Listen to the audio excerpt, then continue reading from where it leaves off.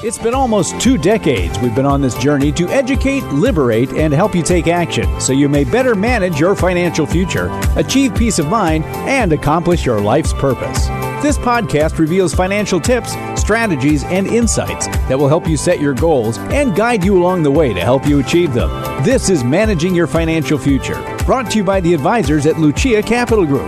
I'm your host, Johnny Dean, with our own Rick the Professor Plum, Chief Financial Planning Officer. I love this podcast. Thanks for joining us. Only Professor Plum because you and I get to sort of hang out beforehand and laugh about stuff that nobody else would find at all funny. Inside jokes. Us. It works for us. Well, you said your back was hurting, and I said, Of course, we just have to follow protocol. And I said, what? Professor Plum, you got a week back? I do have a week back. And how long you had it? I got it about a week back. Yeah, see, there you go. Stupid stuff that people just... I don't even remember where that came from. That was, I believe, it might have been a Marx Brothers movie.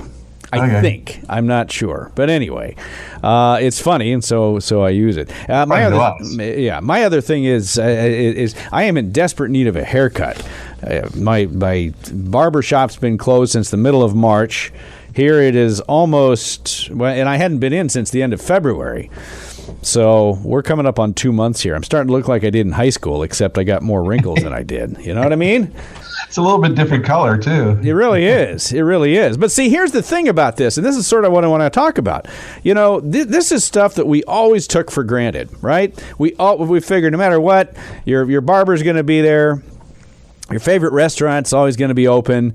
You know, your friends always be there at the gym. If you happen to work out there, you'll always have, paper products will always be available. You can always go to the movies. All that stuff now really seems like valuable luxuries. Does it not? It's getting that way. And for some people, we have some time off or more time off than we did before. But it's not like enjoyable time off because there's nothing to go out and do for the most part. No, everything's closed, and you go for a drive, and if you need to stop and go to the restroom, it's not like you can stop at a state park anywhere. If you're out in the mountains driving around and say, what are you going to do? If you find some tall weeds, I think is what you do these days. Big trees. But see, and here's the thing. In spite of all this stuff, this is what I noticed. And I had an uncle who passed away not too long ago, just about 3 weeks ago. Oh, wow. But what it reminded me of was, in spite of all this stuff that's going on, life is still happening. I mean, the stuff that you plan for as a planner, Professor Plum, that stuff still goes on. I mean, there are people who are in starting divorce proceedings. I'm just going to bring up a couple divorce proceedings back in December or January. Well, that's probably still going on. Spouses, and more so because they're sequestered together. Well, that's the other part of the issue too. Exactly. Spouses die or relatives die. You also, on the other end of it, you kids are still going to be born. I'm sure we've had a few. Maybe even more coming up in the not too distant future. But even now, I mean, kids are still going to be born. You still have long-term care issues, and our financial needs continue. Like you said, people are unfortunately passing away. On the other side, fortunately, people are being born, and so that changes people's perspective on how to deal with things. It changes their financial needs, their financial goals, and a lot of people are looking at this now, saying, "What if something happens to me?" They've got more time on their hands, and they're saying, do I have things in place in case of X? And I mean, if any good comes out of this, and I'm sure some will, but if any good does come out of it, it's given people at both the time and the inclination, the will to go in and say, what do I need? I mean, this is that old slap in the face, wake up call, whatever you want to talk about, for your finances. Now, I mean, some things might get postponed. Weddings might get postponed. I know for my uncle, in his case, he passed away. They aren't going to have any celebration of life for probably months, but it still is on the horizon, and it's still something that has to happen. So when you've talked to people, I'm sure, over the last 6-8 weeks, Professor Plum, who have said yes, pandemic and all that, but I'm still dealing with this estate planning issue. I'm still dealing with this long-term care type issue, right? Right. And also, even without those extremes, how does this affect me, even if somebody doesn't die or is mourned? How am I supposed to continue with my financial needs, financial goals? Should I be doing something different than I'm doing? Has this changed my strategy? Assuming you had a strategy to begin with, what should we be looking at? Where are we going from here? And a lot of people just want to start, we've mentioned in a previous podcast, they have time on their hands and they're starting to get organized. And when you can become organized, you start thinking about what ifs. And these are the things that we've got to deal with. And that's what we're hearing a lot from people, especially since they have time on their hands in many cases. Oh, yeah. It's quite it's gratifying to know. First of all, a lot of people listening to this podcast, but we've also sent out emails to folks who had they'd heard us talking about this e-money type program that we have, Riskalyze and all that stuff, where you can put all your information in there. If you want to hear that podcast, it's still available, and you can contact us here at Lucia Capital Group if you want some more information on that. But this has really been a good opportunity for people to say, hey, I guess I didn't know I had this. I didn't know I needed to do this, or it never occurred to me that, gee, maybe my business isn't going to have an income for a while. I know some people, just speaking personally again, who own a bar in town. Very popular. I think it's an Irish bar. They've owned it for 20 some odd years. It's been doing great, but they're going to be one of the last ones to reopen here. And their question is, well, we never figured on this. Business has been a booming for 20 plus years, and it just never occurred to us that this is something that can happen. And this is a little outside the norm, yes. Yeah. Yeah, it is. And so, I mean, I don't know what to tell somebody like that, but these are the type of life events that I guess happen. You can't plan necessarily for something like that, but Professor Plum, if you have a business, if you've owned a business, I'm sure you've talked about this where you've said, what do you do if you can't own the business anymore or something happens to it, right? Well, the problem is this is one of those the black swan events where, like you said, it's very difficult to understand, or even you can't anticipate this. We can anticipate a business going away because of a disability of an individual, a key individual. We can anticipate it because of a death of an individual.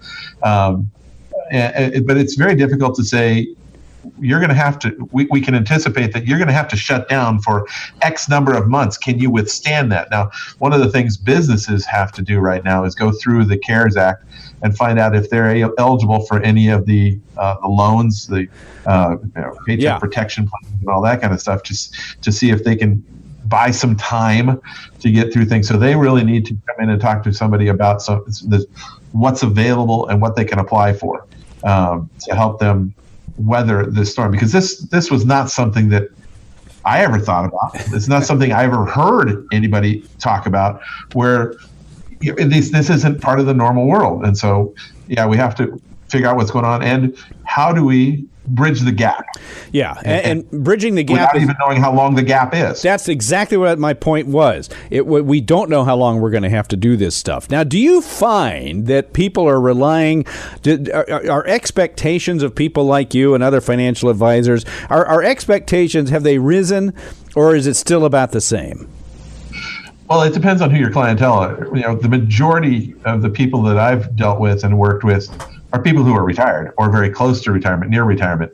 And so it's a little different for them, because for the retiree, it's almost, other than they can't go out and do things, it's kind of business as usual.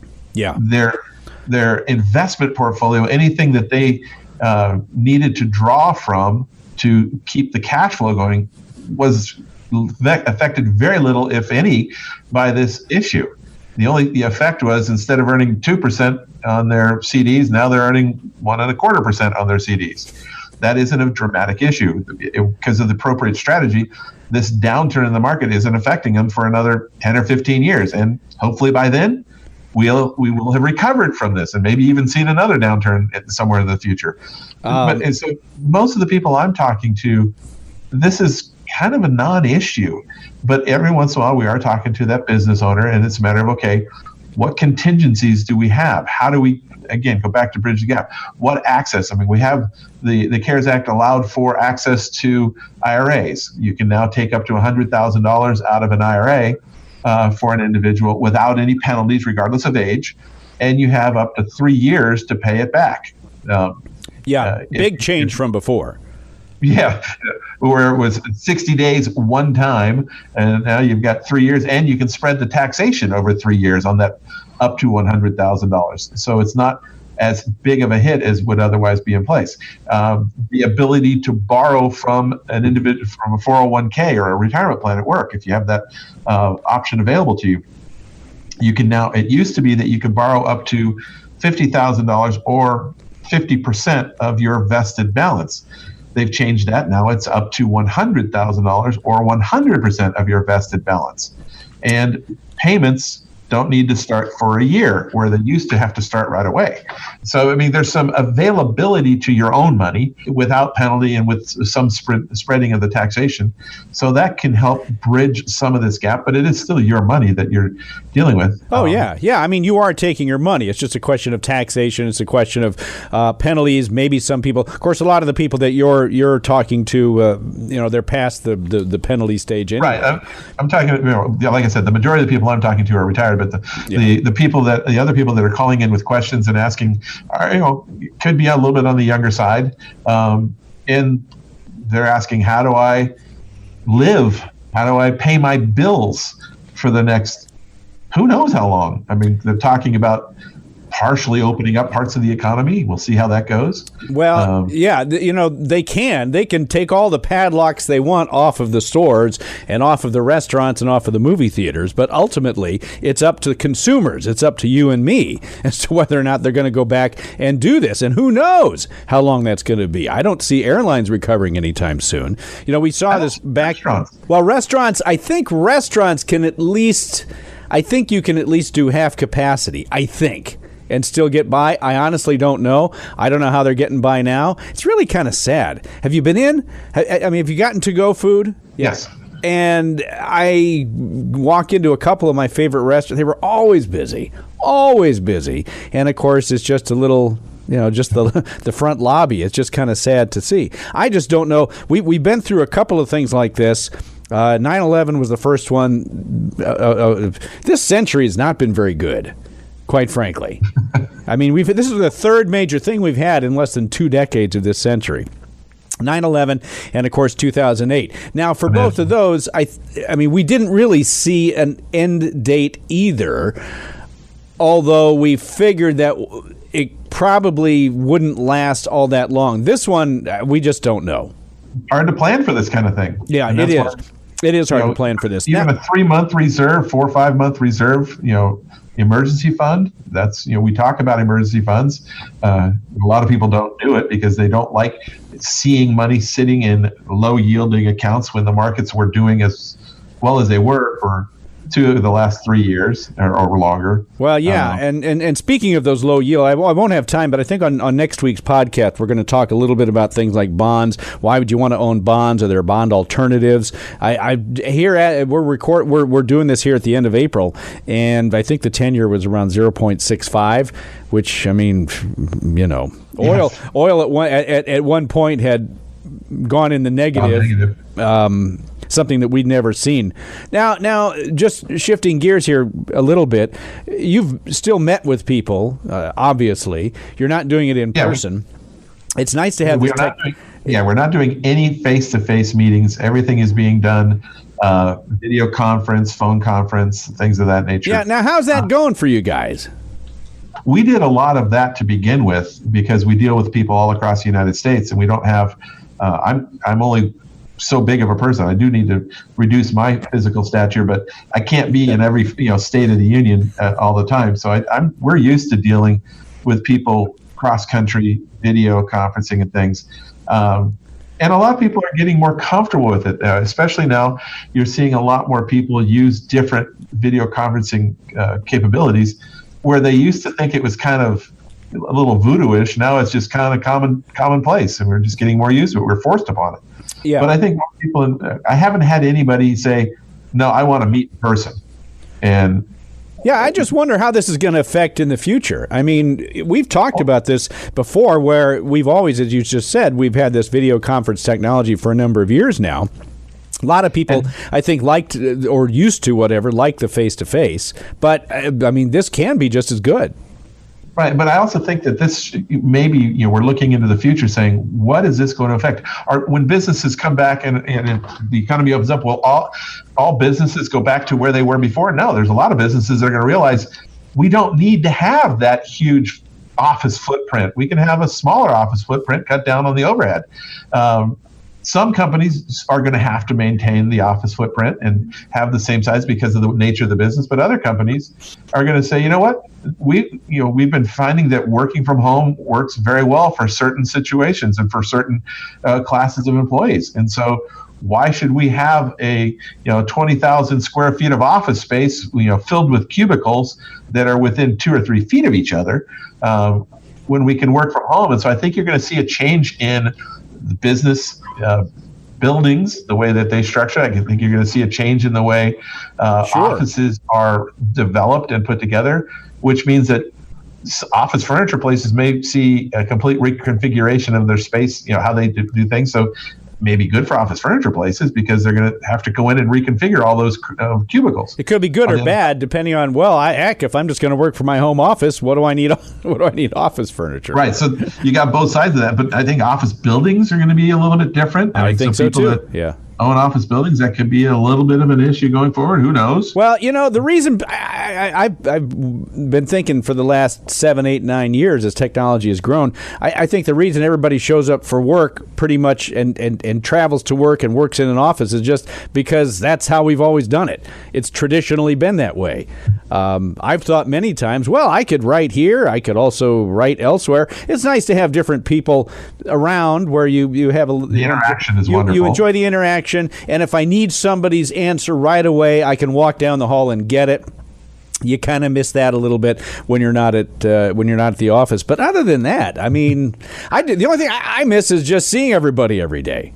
Well, I've also heard people say, I got to go back to work because I can't handle being at home with all the kids. There's at least one person here in this building, in this company that had told me that last week. I said, yeah, man, you know what? You've been in almost every day. He says, well, it's either that or help the kids with their homework. And I just, I think I know who you're talking to. And he said, yeah, it's either this or kindergarten That's homework. That's exactly what it was. Exactly what it was. Yeah. Anyway, we've got other stuff to talk about. Doggone it. I didn't get a chance to answer these emails. We had a couple of emails here. I tell you what, I promise for next week's podcast, we'll do this. I don't want to keep putting it off, but we had some questions on Roth conversions coming in. I know an episode or two ago, we got to some of these emails that had been piling up, and that actually begat more emails, which is great. And it's good to know that people are thinking about things other than this whole pandemic. They know that there are other issues to talk about, which is kind of why I wanted to bring this up today. So on the next podcast, we will be answering these emails. Had a couple of Social Security questions, also a question on bonds. We may get into that discussion too, Professor Plum. Why would anybody want to own bonds, especially those that are paying about half a dollar for 10 years? It just doesn't work all that well. So we will get to that. If you need some more information, I want to just throw out this e-money thing. Professor Plum, I know you've been busy filling some people in, helping them to get this information on e-money and Riskalyze and all that stuff to help them get organized. I mean, you can really be as detailed as you want, right, on this whole e-money thing that we talked about. Right, but I mean, if you're going to use it, you should input all of the accounts so you can see it. Now, the problem is a lot of people don't want to do e-money right now because they can actually see the accounts and they know what they're down. I hadn't thought of that.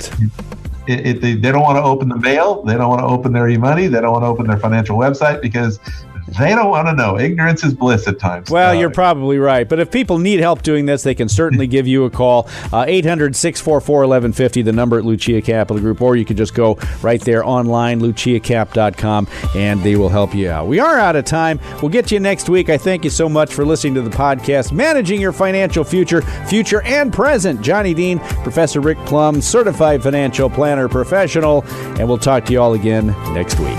The information provided should not be considered specific tax, legal, or investment advice and is not specific to any individual's personal circumstances. To the extent that this material concerns tax matters, it is not intended or written to be used and cannot be used by a taxpayer for the purpose of avoiding penalties that may be imposed by law. Each taxpayer should seek independent advice from a tax professional based on his or her individual circumstances. This material was gathered from sources believed to be reliable. However, its accuracy cannot be guaranteed. Different types of investments and/or investment strategies involve varying levels of risk, and there can be no assurance that any specific investment or investment strategy, including the investments purchased and/or investment strategies devised by Lucia Capital Group, will be either suitable or profitable for a client's or prospective client's portfolio. Thus, investments may result in a loss of principal. Accordingly, no client or prospective client should assume that the presentation, or any component thereof, serves as the receipt of or a substitute for personalized advice from Lucia Capital Group or from any other investment professional. You should always seek counsel of the appropriate advisor prior to making any investment decision. All investments are subject to risk, including the loss of principal. This material was gathered from sources believed to be reliable. However, its accuracy cannot be guaranteed. CDs are FDIC insured up to $250,000 per depositor per insured bank for each account ownership category. IRA withdrawals will be taxed at ordinary income rates. Withdrawals prior to age 59.5 may also be subject to a 10% penalty tax. Roth IRA earnings will be taxed at ordinary income rates, and a 10% penalty tax will apply if withdrawn prior to age 59.5 or within 5 years of the date the Roth IRA was established, whichever is longer.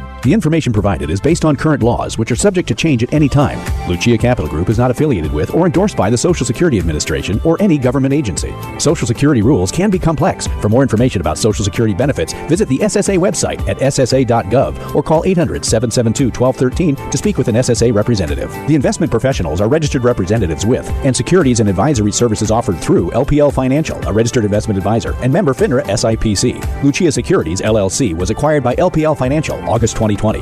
The investment professionals of Lucia Securities LLC are now affiliated with LPL Financial and are conducting business using the name Lucia Capital.